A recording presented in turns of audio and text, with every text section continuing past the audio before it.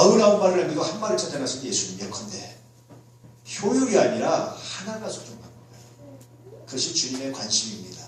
그래서 오늘 성찬에서 얘기하는데 효율로 따지면요 정말 예수님 하나님 손해입니다.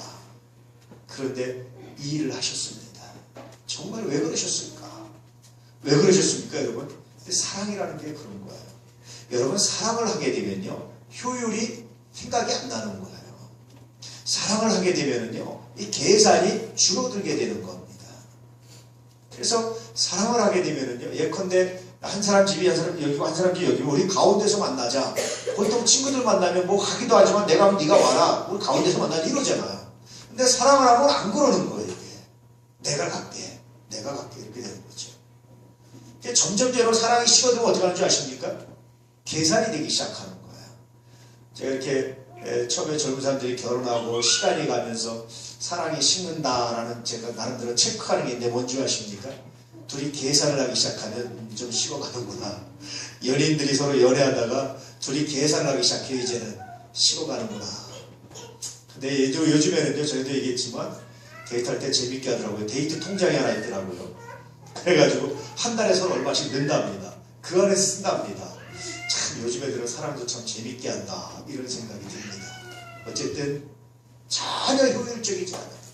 효율과 전혀 무관심한 이 사랑이 하나님의 사랑인데 그것의 대표적인 현상이 뭡니까? 바로 성찬입니다. 우리 성찬을 한번 묵상해 보시기 바랍니다. 오늘 두 번째로 성찬에 참여할 수 있는 자격입니다.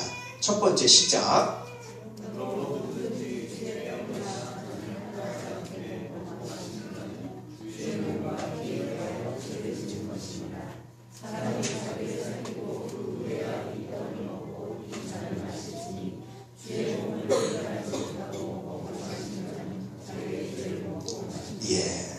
지난주에 성찬을 왜 한다고 그랬죠? 그건 예수님이 제정하셨잖아요. 그러면서 여러분 늘 말씀드렸지만 아마 우리 저 현관에도 제가 몇 개 걸어놨는데 저것뿐이 아니에요. 혹시 여러분 나중에 기회가 되시면 90년대 이후에라는 논문은 다 그런데 90년대 이후에라는 논문 중에 예배개혁, 예배가 변화된다. 예배가 어떻게 올바로 예배드릴까라는 논문을 찾아보세요. 90% 이상이요. 성찬 회복입니다. 성찬해야 됩니다. 그게 저기 국민일보에 나온 기사인데 제가 오래하는데 그리스도교 목사님 아니에요. 그런데 매주에 성찬했는데 더 심하게는 예배 때마다 해야 된다는 거예요. 이렇게 오전에도 하고 오후에도 하고 예배 때마다 해야 된다는 거예요. 그래야 예배가 진짜 예배가 된다는 거예요. 그러니 여러분 성찬에 참여한다는 것은 정말 놀라운 겁니다. 그런데 이런 성찬에 참여하는데 아무나 참여하는 게 아니라 자격이 있어요. 오늘 말씀해 보니까 자기를 살필 줄 아는 사람. 그래서 여러분 성찬하면은 누구만 참여하라고 그러죠? 세례교인 이상만 참여하시오 이렇게 얘기하잖아요. 사실은 이건 성경이 없어요.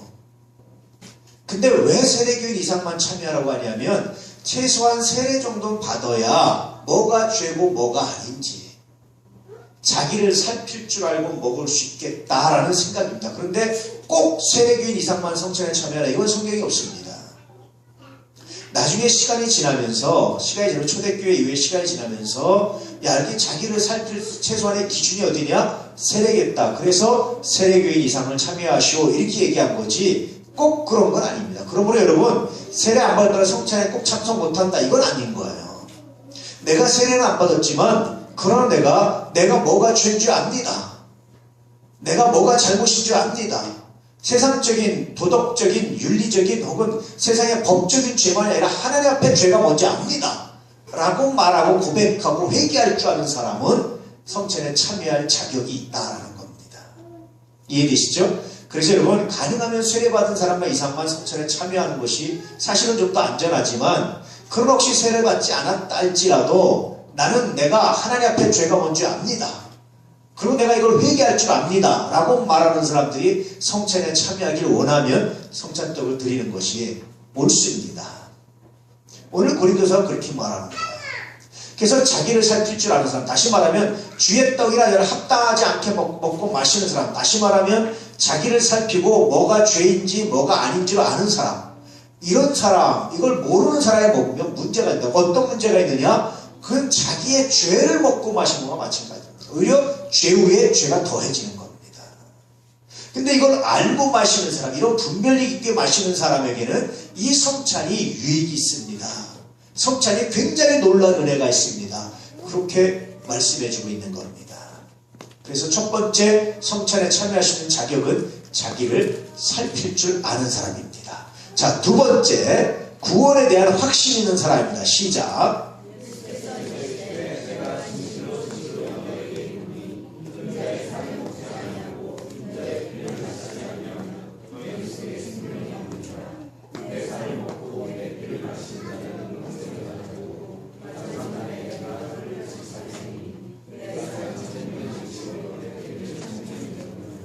예.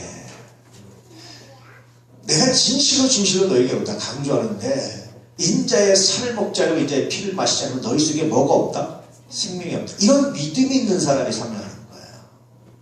이 믿음을 다른 말로 하면 구원의 확신이라고 말하는 거예요. 내가 예수 믿으면 생명을 얻습니다. 내가 예수 믿으면 구원받습니다. 내가 예수 믿으면 나에게 주시는 생명이 있습니다. 이게 구원의 확신입니다. 이런 구원의 확신이 있는 사람이 성찬에 참여할 수 있다. 이해되시죠? 첫 번째는 자기를 살필 줄 아는 사람. 자기를 살피는데 다른 것도 다 살펴지만 무엇보다도 하나님 앞에 무엇이 죄인지를 구별하고 회개할 줄 아는 사람. 죄는 크게 보면 세 가지 종류의 죄가 있죠. 하나는 첫 번째 뭐가 있습니까? 여러분 잘 아시는 민형사상의 죄가 있습니다. 민사나 형사. 이런 죄가 있어요. 두 번째는 무슨 죄가 있습니까? 도덕적인 죄가 있어요. 민형사상의 죄는 아니지만 거짓말하고 사기치면 민사가 되는구나. 거짓말하고 예를 들면 이런 거 죄라고 생각하잖아요. 그렇지 않습니까? 부모님한테 효도하지 않고 이러면 죄라고 생각하죠. 다. 형제를 내가 더 사랑하지 않고 예컨대 가난한 사람이 있는데 내가 도와주지 않고 그러면 사람들이 마음속에 뭘 느낍니까? 죄의식을 느끼잖아요. 이게 도덕적인 죄예요. 세 번째 죄는요. 종교적인 죄가 있습니다. 영적인 죄가 있습니다. 내가 하나님을 믿지 않는 것, 내가 하나님께 순종하지 않는 것, 내가 예배를 소홀히 하는 것, 하나님 내가 이거 죄인 줄 압니다. 이 세 가지의 죄의식을 가지고 분별할 줄 알고 회개할 줄 아는 사람은 누구든지 참여할 수 있습니다. 두 번째, 구원에 확신 있는 사람. 내가 예수 믿고 구원받는 생각 확신합니다 라고 말하는 사람, 이렇게 고백하는 사람은 성찬에 참여할 수 있습니다. 이렇게 말해주게 된다. 그 다음 볼까요? 자, 세 번째, 주의 말씀을 품고 사는 사람. 시작. 내 삶을 먹고 내 피를 마시는 자는 내 안에 거하고 나를 영원하나니 살아계신 나를 부르시니 내가 어쩔 명한 상상같이 나를 먹는 사람을 만나나세요. 이것은 너에서 내려오더니 천국이 먹고 죽은 것 같지 않으며 이 떡을 먹는 자는 영원히. 저는요 참 좋은 게 내 안에 거하고 나도 그 안에 거한다라는 말씀이 너무 좋아요. 그럼 여러분들 말씀드렸지만 하나님이 우리 안에 거하는 방식은 뭐죠? 말씀입니다. 말씀. 그래서 말씀을 품고 산다는 것은 하나님이 우리 안에 거한다라는 거예요. 근데 사람은 늘 말하지만 사람이 이렇게 내 안을 나 속을 다 보여주고 상대 속을 내가 다 보면은요 사랑할 만한 사람이 몇 사람이나 되겠어요. 항상 우리 마음이 항상 우리 마음이 좋고 항상 우리 마음이 변하면서 됐지만 우리 마음은 많이 요동하고 변하잖아요. 그런데 내 마음을 완전히 열어주고도 내 마음이 변하는 걸 알매도 불구하고 실족하지 않고 실망하지 않으시는 거예요. 뿐만 아니라 내가 그분 안에 있어도 전혀 그의 마음을 다 들여보고 알아도 전혀 실족하고 실망하지 않는 거예요. 그분이 바로 우리 하나님이시다. 세상에서 여러분 이런 관계를 맺는다는 건 불가능해요. 사실은. 그렇잖아요. 부모도 사랑하는 부모도 자식을 위해서 화날 때가 있습니다. 제가 아는 어떤 권사님이셨는데 이런 고백을, 나는요 우리 애들 키울 때요 나는 갖다 버리고 싶었어요. 낮밤이 바뀌어서 애가 우는데 저도 여기 권시가 있지만 얘가 낮밤이 바뀌었었어요. 야 특별 새벽 기도였는데 특별 새벽 기도 나가야 되는데 얘가 낮밤이 바뀌니까 정말 힘든 거예요. 이렇게 새벽에 일어나기가. 보다 이제 이렇게 새벽에 특별 새벽 기도 차량 운행 됐어야 되는데 정말 힘든 거예요. 태어나서 100일 전인가. 야 얼마나 힘들었는지 몰라요. 막 그냥 핑핑 도는 거예요. 아침에 일어나면 낮밤에 바뀌어서 우니까. 근데 100일인지 언제 지나니까 이제 정상으로 돌아왔는데요. 여러분 그 마음을, 부모의 마음을 자식이 다 알아보십시오. 그 순간 어떻게 되겠습니까? 믿겠습니까? 부모의 마음도 이렇게 안 돼요. 그런데 하나님의 마음은 언제나 변함이 없어요. 어떻게 돼요? 우리가 아무리 하나님 앞에 넘어지고 죄를 짓고 속을 썩여도 하나님이 우리를 사랑하신 것이 변함이 없다. 그런데 우리는 늘 하나님을 제대로 못 믿어요. 믿었다 안 믿었다 이랬다 저랬다 하는데 하나님 걸 다 알고도 우리를 변함없이 사랑하신다는 겁니다. 이게 오늘 하나님의 말씀의 의미예요. 그래요 우리가 하나님 안에 거한다는 것, 하나님이 우리 안에 거한다는 게 얼마나 놀라운 복입니까? 다시 말하면 이게 주의 말씀을 품고 사는 사람이에요. 그래서 늘 필요할 때 필요한 말씀이 생각나는 거예요. 필요할 때 그 말씀이 떠오르는 겁니다. 필요할 때 떠오른 그 말씀에 순종하며 살아가는 거예요. 그런 사람들이 성찬에 참여할 수 있습니다. 아까도 말했지만 지금 4가지를 전체 얘기하는데요. 4가지 중에 한 가지 자격만 갖춰도 성찬에 참여할 수 있습니다. 그렇게 말하는 겁니다. 자, 4번째 자격 시작.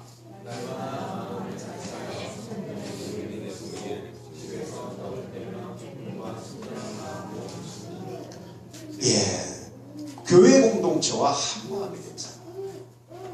여러분 신앙이라는 거는요 늘 어떤 단계를 거치게 되어 있습니다. 어거스틴이라는 사람이 이런 말을 했습니다. 교회는 병원과 같습니다. 교회는 건강한 사람도 있고 아픈 사람도 있습니다.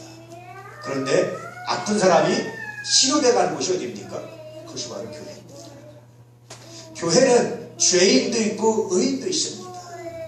그런데 이 죄인들이 치료돼 가서 죄를 치료받고 건강해지고 의로워져 가는 곳이 어디입니까? 그것이 바로 교회입니다.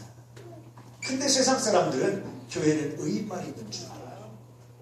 저게 무슨 예수 믿는 사람이 저래? 교회가 왜 저래? 그렇게 말한다. 그런데 그런 사람들을 품어서 그런 사람들이 거룩하게 변해가는 곳이 교회라는 사실을 모르는 거예요. 우리도 마찬가지입니다. 변해가는 겁니다. 제가 참 감사한 게 뭔지 아세요?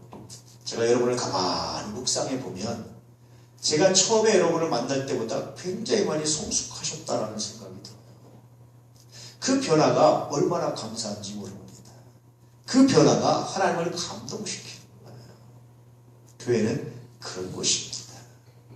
그래서 그렇게 교회 공동체와 한마음이 됐다는 것은 그러면 여러분 교회를 믿는 게 아니라 누굴 믿는 겁니까? 하나님을 믿는 거예요. 하나님을 믿는데 하나님을 믿기 때문에 어디 다닙니까? 교회에 다니는 겁니다. 하나님을 믿기 때문에 설교를 듣는 거예요. 하나님을 믿기 때문에 우리를 이렇게 하는 겁니다. 그래서 내가 교회 공동체 한마음이 됐다 이런 사람이란 건 뭐냐면 내가 하나님을 믿기 때문에 이 문제가 있고 죄인들이 모이고 아픈 곳이 있지만 내가 이곳을 사랑합니다 라고 고백할 줄 아는 사람, 이런 사람이 성찬에 참여할 수 있습니다.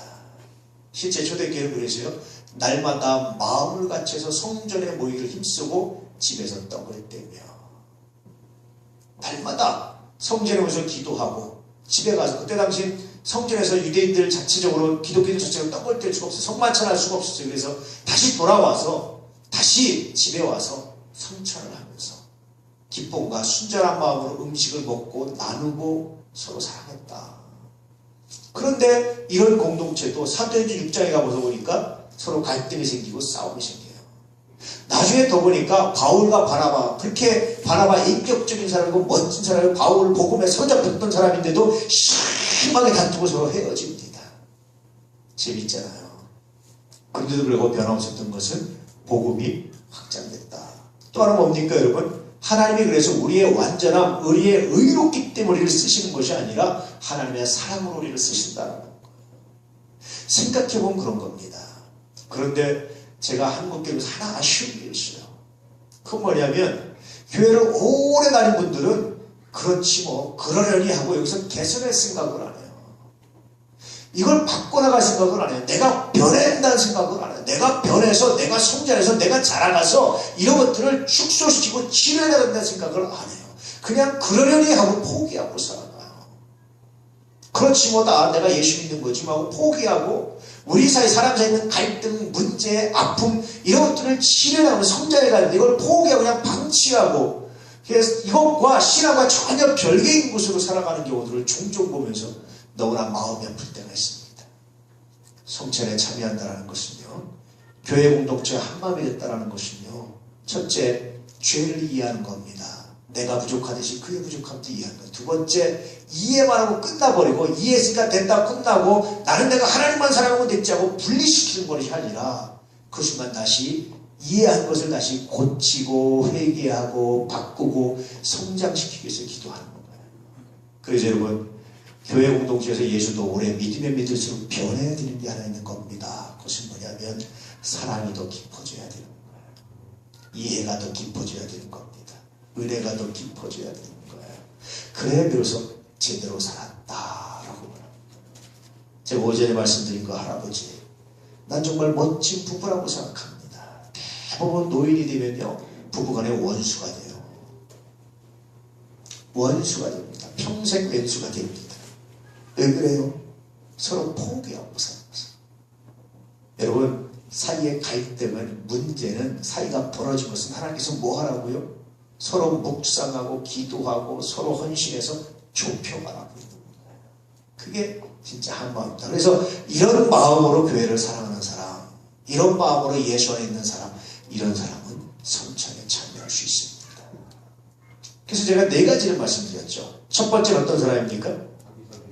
그렇지, 자신을 살필 줄 아는 사람. 두 번째, 구원혁신 있는 사람. 세 번째, 품고 사는 사람. 네 번째, 공동체와 한 마리 된 사람. 아니, 저희 형수선생과 효성선생은 언제까지 여기서 이 담당을 해야 되는 겁니까? 청년 몰라서 10년 동안 지금 이 역할을 하고 있습니다. 무릎이 앉아가지고. 우리 권식이, 수정이, 예지가 여기 앉아서 이제 담당을 해야 된다. 재준이 들려와가지고 이제 담당을 해줘야 됩니다. 형들을 언제까지 이걸 하게 할 겁니까? 고맙다, 근데. 그렇지만 여러분, 청년 몰라서 계속 이 자리에서 이거 담당하고 있습니다. 물어보면 답변하는 거.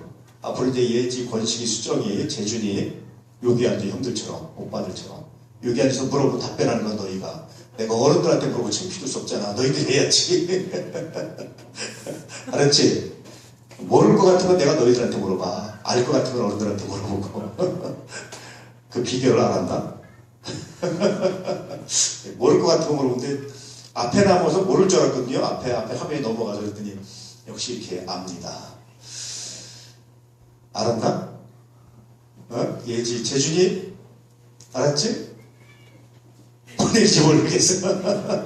건식이, 수정이 알았지? 여기 앉아서 내가 너희들한테 물어보는, 아, 어른들이 모르는 건 나한테 물어보는구나. 이렇게 생각하면 돼. 대답하다 보니까 10년 동안 생각이 났어요. 벌써 30이에요. 그치? 야, 벌써 안드레가 됐습니다. 올해부터. 예, 고맙고 귀여 감사합니다. 자, 이 네 가지입니다.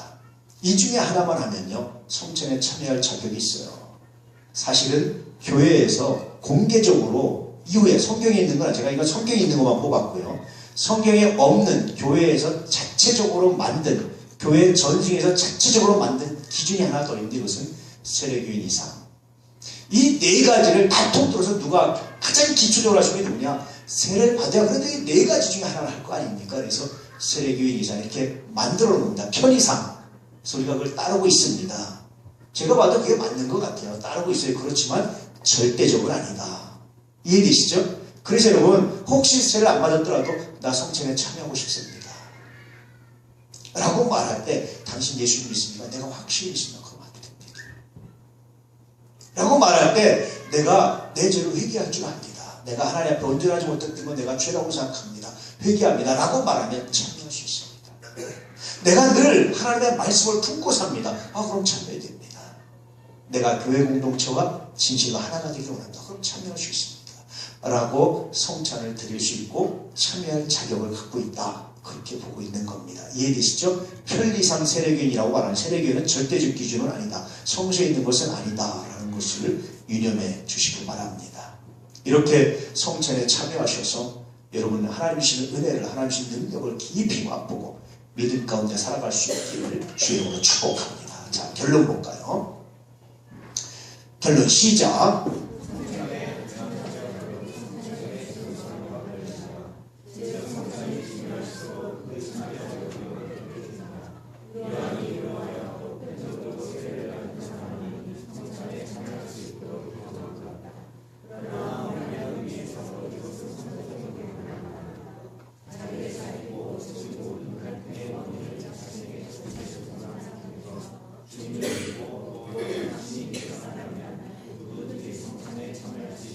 예.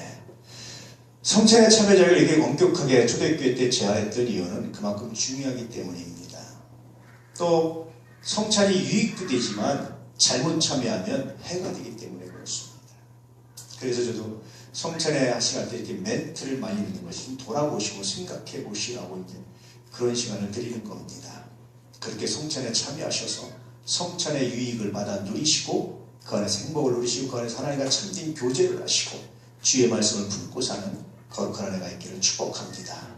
세상에서 가장 비효율적인 것 그렇기 때문에 우리를 위해서 독생자를 내어주시는 분 그분을 묵상하며 그분 안에서 행복한 은혜로운 멋진 삶이 되시기를 주의 이름으로 축복합니다. 기도하겠습니다.